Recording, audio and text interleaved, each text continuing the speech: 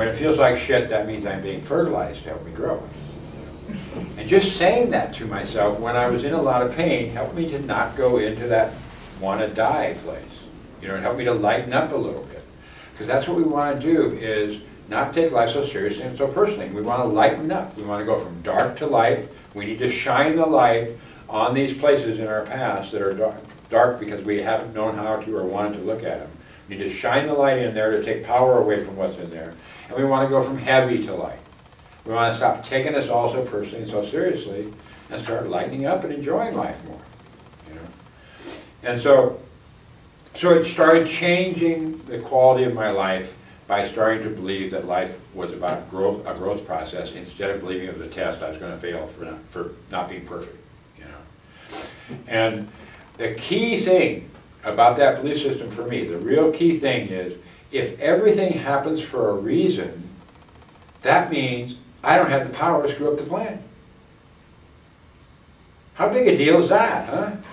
Is that cool or what? You know? I mean, I realized that growing up, I got taught that God loved me but might send me to burn in hell forever, you know? Which didn't feel right to me at the time.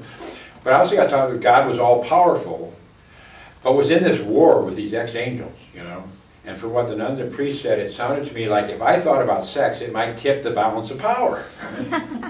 I realized that's not a powerful God, that's a punk God. I don't want a punk God in my life. I want an all-powerful higher power. And that is in control, so powerful that everything happens for a reason. And I believe that is the truth. I don't have the power to screw up the plan. What I do have, though, I believe, is the power to make it easier or harder on myself. And the thing I use in my book is the old story, the old saying that comes out of a mule driver trying to get a mule moving. Either dangle carrots in front of the mule and get him moving after the carrots, or take a stick and beat on him.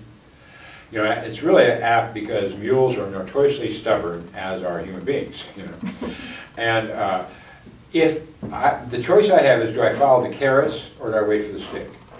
So by paying attention and being conscious and listening to the messages, watching for the messages, paying attention when it pops into my mind to Google codependency, you know, or whatever it is, you know, and following where we're led, we get to follow the carrots instead of having the stick. Because I believe the universe has the power, my higher power has the power, whatever you want to call it, to get me where I'm supposed to be when I'm supposed to be there. My choice is, do I follow the carrots to get there or wait for the stick to drive me there? You know? And so what this really did was help me to start really living the serenity prayer in my life more. Because like I said, I believe that serenity prayer is a formula, a mystical formula for how to do human successfully.